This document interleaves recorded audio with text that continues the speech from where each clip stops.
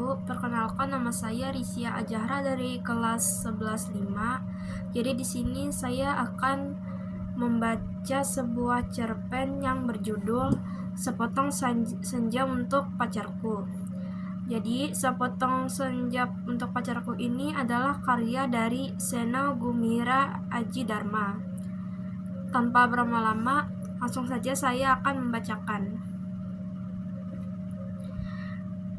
Jikalau bukan karena cinta yang mulia, musibah itu terada datang. Sajang orang perempuan itu gegabah, tiada mau rubah dia pendirian. Jawaban Alina. Sukap yang malang, senja yang kau kirimkan sudah kuterima. Kukira sama lengkap seperti ketika engkau memotongnya di langit yang kemerah-merahan itu. Lengkap dengan bau laut, desir angin, dan suara hempasan ombak yang memecah pantai. Ada juga kepak burung-burung, lambaian pohon-pohon nyiur dalam kekelaman.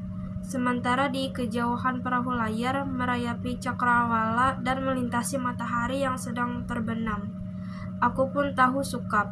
Senja yang paling keemas-emasan sekalipun hanya akan berakhir dalam keremangan menyedihkan.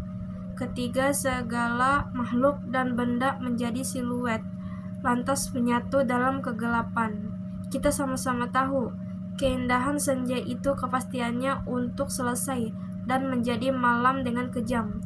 Manusia memburu senja kemana-mana, tapi dunia ini fana sukap, seperti senja. Kehidupan mungkin saja memancar gilang gemilang, tetapi ia berubah dengan pasti. Waktu mengubah segalanya tanpa sisa, menjadi kehitaman yang membentang sepanjang pantai, hitam, sunyi, dan kelam. Rupa-rupanya, dengan cara seperti itulah dunia ini mesti berakhir. Senja yang engkau kirimkan telah menimbulkan bencana tak terbayangkan. Apakah engkau tahu suratmu itu baru sampai 10 tahun kemudian? Engkau tidak akan tahu sukap. Sepertinya juga engkau tidak akan pernah tahu apa yang terjadi dengan senja yang kau kirimkan ini. Senja paling tidak berharga dalam hidupku sukap. Senja sialan yang paling tidak mungkin diharapkan manusia. Senja ini baru tiba setelah 10 tahun, karena tukang pos yang jahil itu rupanya penasaran dengan cahaya merah keemas-emasan yang memancar dari amplop si itu sukap. Cahaya itu telah mengganggunya semenjak ia menggenjot sepeda dari kantor pos, berkilau-kilau dan memancar di tas surat yang tergantung di boncengan sepeda. Begitu rupa sehingga cuaca siang hari menjadi kacau. Angin menderu dan ombak terdengar menghempas-hempas. Meskipun ia bersepeda mendaki Bukit Kapur, demikianlah maka ia suatu ketika berhenti. Dari dalam tas itu terdengar suara-suara. Ia buka tas itu dan ia melihat amplop Federal Express yang sudah tidak putih lagi, melainkan merah keemas-emasan sukap, seperti senja dengan matahari terbenam di balik cakrawala. Tukang pos itu mengambil amplop tersebut, menimang-nimangnya agak berat juga. Maklumlah, bukankah amplop itu berisi senja sukap? Senja dengan matahari merah membara yang turun perlahan-lahan di balik cakrawala, seperti semua senja yang ada di balik kartu pos. Tapi yang kamu kirim itu bukan kartu pos sukap. Yang kau kirim itu senja di tepi pantai dengan hempasan ombak, bau laut, dan angin yang asin. Kamu pikir berapa ton beratnya pasir di sepanjang pantai itu sukap? Kira-kira sedikit dong. Masih lumayan tukang pos itu kuat menggenjot sepedanya mendaki Bukit Kapur. Bullshit. Kalau anak-anak kecil tahu ada matahari terbenam di dalam amplop itu, lantas bagaimana? Kamu tahulah sukap, anak-anak di daerah Bukit Kapur begini tidak punya mainan yang aneh-aneh seperti di kota. Mereka hanya tahu kambing dan kerbau, ikan dan belut, sungai dan jagung. Nasi saja jarang mereka sentuh. Anak-anak yang tidak pernah tahu mainan robot berjalan dengan cahaya di dadanya yang berkedip-kedip, pasti akan penasaran sekali dengan cahaya senja yang memancar berkilauan merah dan keemas-emasan itu, Sukap. Mereka memang tidak pernah melihatnya, Sukap, karena tukang pos itulah yang telah mendahului mereka. Ia menimang-nimang bungkusan bersih senja itu, mendengar-dengarkan, dan akhirnya mengintip. Tentu saja, di dalam amplop itu dilihatnya senja, Sukap. Senja terindah yang paling mungkin berlangsung di muka bumi. Ia mengintip dan terpesona. Ia buka amplop itu. Sebetulnya, menurut kode etik profesi, itu tidak boleh. Tapi, manusia manapun bisa melakukan kesalahan, kan? Ia buka terus amplop itu dan melihat senja dengan langit merah keemas-emasan di dalam sana, di mana mega-mega berpencar seperti perahu di danau, memberikan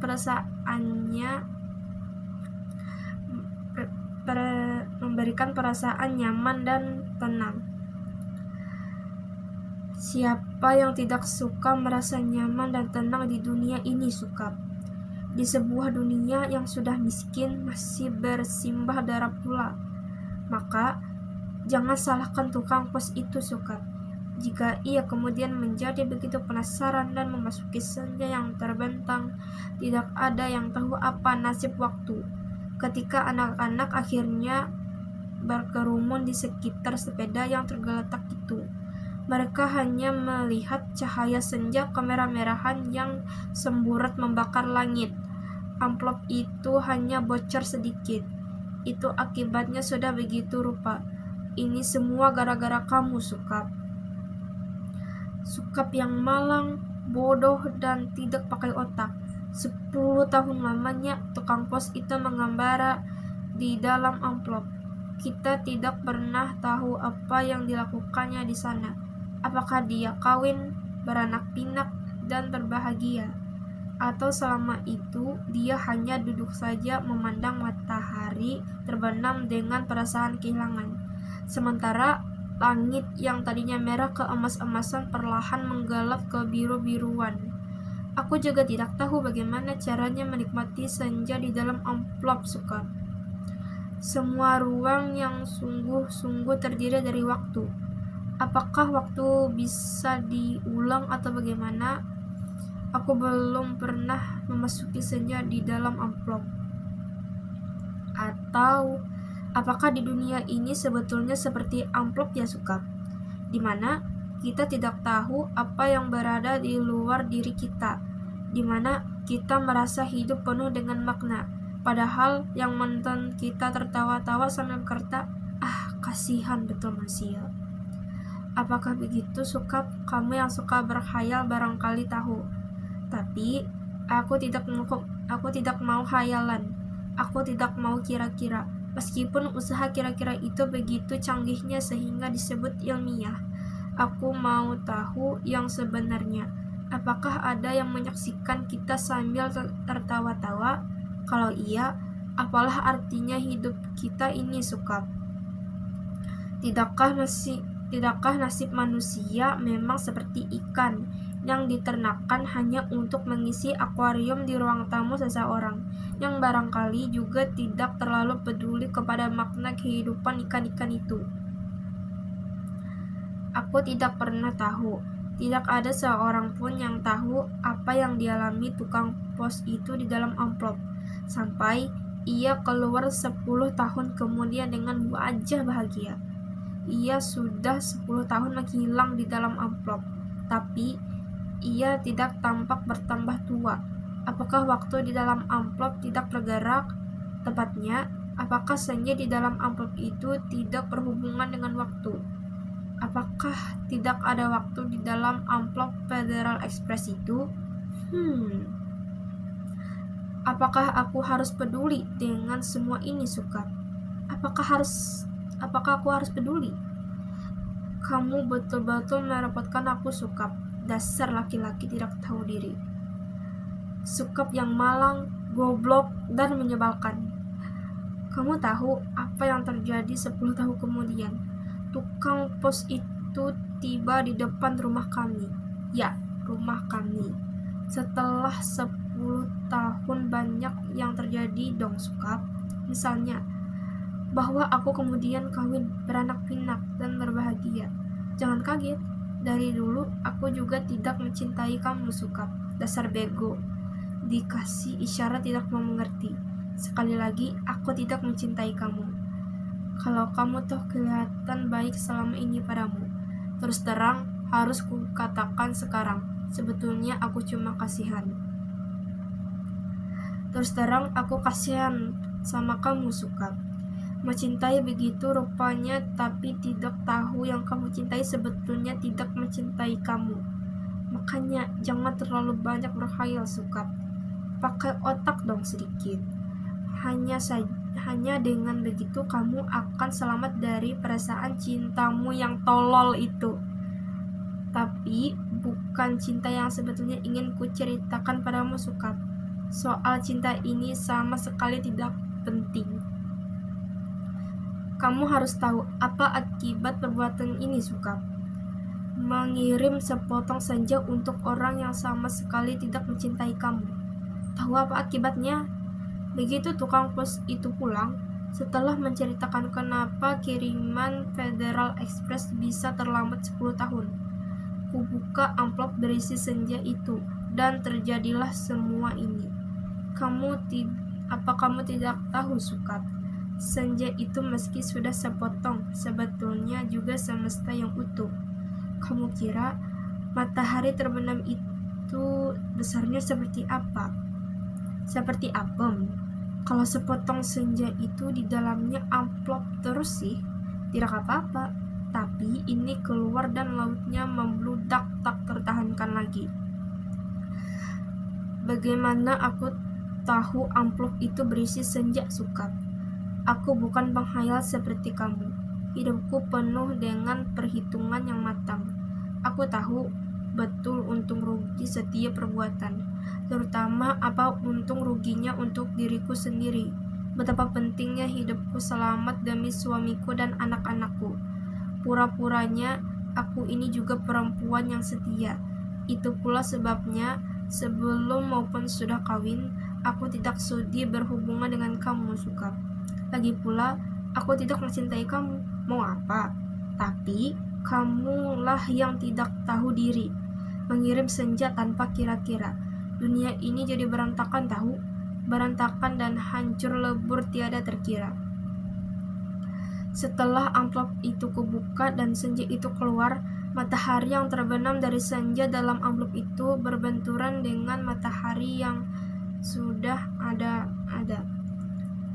Langit yang biru bercampur aduk dengan langit kemerah-merahan yang terus-menerus berkedap menyilaukan karena cahaya keemas-emasan yang menjadi semburat tak beraturan. Senja yang seperti potongan kue menggelegak, pantai terhampar seperti permadani di atas bukit kapur. Lautnya terhempas langsung membanjiri bumi dan menghancurkan segala-galanya. Bisakah kau bayangkan, Sukap, bagaimana orang tidak panik dengan gelombang raksasa yang tidak datang dari pantai tapi dari atas bukit?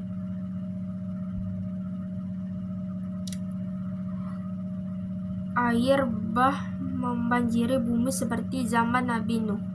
Dunia menjadi gempar. Tidak semua kapal yang perahu yang ada cukup untuk seluruh umat manusia kan? Lagi pula, sampai kapan kapal dan perahu itu bisa bertahan? Tiada satu kota pun yang selamat. Lautan dari senjamu yang membuat langit merah membara itu menghempas dan membanjiri bumi dengan cepat sekali. Gedung-gedung pencakar langit di setiap kota besar di seluruh dunia, gunung-gunung tertinggi di muka bumi, semuanya terendam air. Sukap, bumi ini sekarang sudah terendam air. Di mana-mana air dan langit senja tak kunjung berubah menjadi malam. Segalanya kacau, Sukap, gara-gara cintamu yang tak tahu diri. Sukap yang malang. paling malang dan akan selalu malang. Aku menulis surat ini dengan kertas dan pena terakhir di dunia, di atas puncak Himalaya. Di depanku ada sebuah sampan kecil dengan sepasang dayung dan sebungkus supermi. Itulah makanan terakhir di muka bumi. Sisa manusia yang menjadi pengembara lautan di atas kapal dan perahu telah mati semua, karena kehabisan bahan makanan maupun mayat teman-temannya sendiri. Manusia memang banyak akal, tapi menghadapi senja dari dalam amplop itu tidak ada jalan keluar. Banyak orang mempertanyakan diriku, kenapa aku membuat dirimu begitu cinta menggebu-gebu, padahal cinta secuil pun juga tidak, sehingga kamu mengirimkan sepotong senja itu untuk kepadaku, dan tumpah ruah membanjiri bumi. Tapi, coba katakan, itu bukan salahku toh, Sukap. Aku tidak mau disalahkan atas bencana yang menimpa umat manusia. Mengapa cinta harus menjadi begitu penting sehingga kehidupan terganggu? Ini bukan salahku. Air laut kulihat semakin dekat. Setidaknya setengah jam lagi, tempat aku menulis surat ini akan terendam seluruhnya. Aku akan naik perahu, mendayung sampai teler, makan supermi mentah, lantas menanti maut. Akan kukirim kemana surat ini? Barangkali kamu pun sudah mati, Sukap. Semua pengembara di lautan sudah mati, sedangkan di puncak tertinggi di dunia ini tinggal aku sendiri. Dari hari ke hari memandang senja yang selesai, di mana matahari tidak pernah terbenam lebih dalam lagi. Sementara dalam amplop itu telah menjadi pemenang dalam benturan dua semesta.